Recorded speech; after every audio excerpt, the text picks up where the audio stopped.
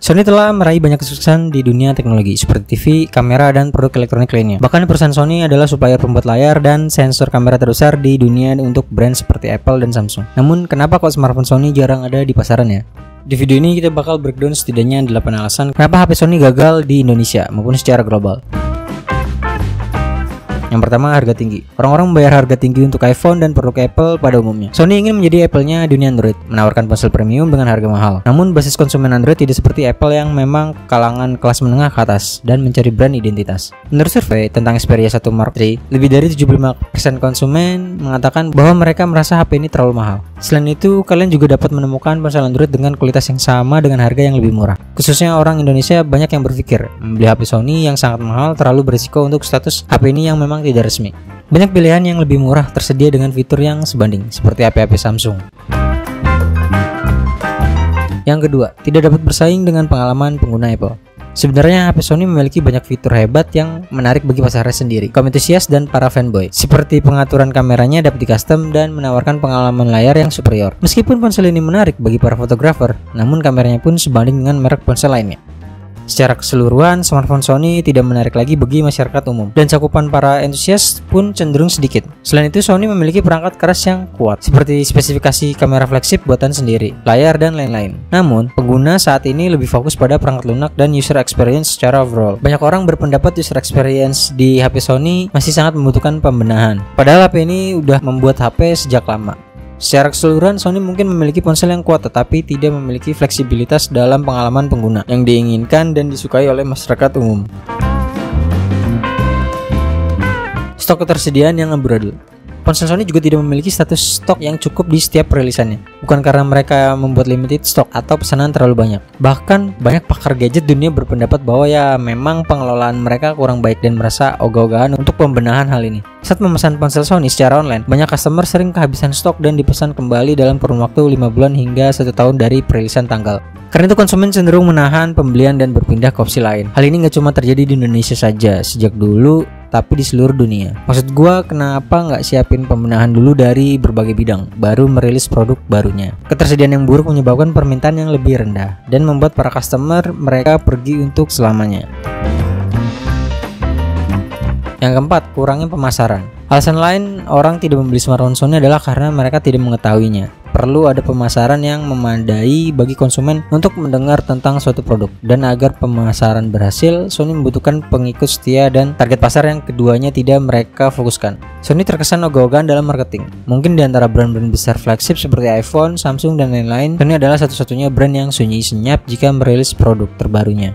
Padahal produk-produk mereka berkualitas. Desain HP-HP Sony juga menurut gua salah satu desain terbaik yang ada di pasaran. Tapi tanpa pemasaran, it means nothing. Yang kelima, peluncuran produk yang kurang tepat. Coba deh, apa kalian pernah lihat peluncuran resmi HP Sony yang dibuat secara resmi dan eksklusif, mengundang berbagai tech entusias seperti iPhone dan Samsung? Pasti nggak pernah denger kan? Apakah mereka terlalu idealis, nggak pengen mengikuti brand-brand lain? Ya gue nggak tahu sih. Tapi yang pasti yang namanya perusahaan, mereka nggak cuma membuat HP aja, mereka butuh pemasukan. Dan pemasukan serta penjualan yang masif itu dimulai dari peluncuran produk yang tertata.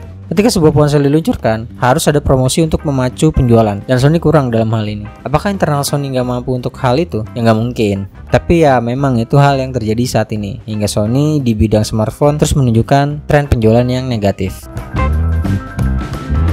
6. Pendanaan tidak cukup. Daripada berinvestasi lebih banyak dalam penjualan dan pemasaran, Sony Mobile memangkas biaya untuk meningkatkan keuntungan. Namun ini terasa seperti strategi bertahan hidup jangka pendek. Dengan memotong biaya, Sony tidak dapat berinvestasi lebih banyak dalam inovasi dan pemasaran baru, yang pada akhirnya merugikan penjualan ponsel pintar perusahaan. Yang ketujuh, nama perangkat yang membingungkan. Meskipun terlihat sepele, nama smartphone khususnya di kelas flagship sangatlah penting. Model ponsel membutuhkan judul yang menarik untuk membantu menciptakan gebrakan, sehingga ketika ponsel memiliki nama yang mudah diingat, orang pun akan membicarakannya. Ketika model ponsel baru keluar, nama-nama tersebut juga harus saling melengkapi. Sebagai contoh, iPhone mudah diingat karena menggunakan nama merek dan menggunakan angka. Sedangkan ponsel Sony namanya tidak konsisten. Misalnya, kadang-kadang perusahaan akan menggunakan angka dan kemudian beralih ke huruf. Ditambah lagi, beberapa perangkat dengan nomor yang lebih tinggi seperti Xperia 10 tidak secanggih Xperia 1, sehingga membuat nama-nama tersebut tidak intuitif. 8. Kurang inovasi dan pembaruan desain. Sony mengikuti perkembangan inovasi smartphone. Setiap model yang lebih baru tidak jauh berbeda dari model sebelumnya, sehingga konsumen tidak memiliki insentif untuk naik level. Selain itu, Sony lambat beradaptasi dengan tren smartphone saat ini. Di sisi lain, para pesaingnya Samsung dan Apple selalu ada gebrakan baru. Jadi meskipun Sony tidak inovatif, mereka juga tidak mengikuti tren. Perusahaan lain terus maju sementara Sony semakin tertinggal. Yang paling gue rasain sih, smartphone Sony sangat kurang dalam perkembangan software. Coba kalian pikirkan, bisa-bisanya sensor kamera Sony yang dipakai iPhone dan Samsung bisa menyajikan gambar yang lebih bagus dan konsisten dibandingkan dengan HP Sony yang notabene membuat sensornya sendiri. Jawabannya ya memang software yang kurang mumpuni.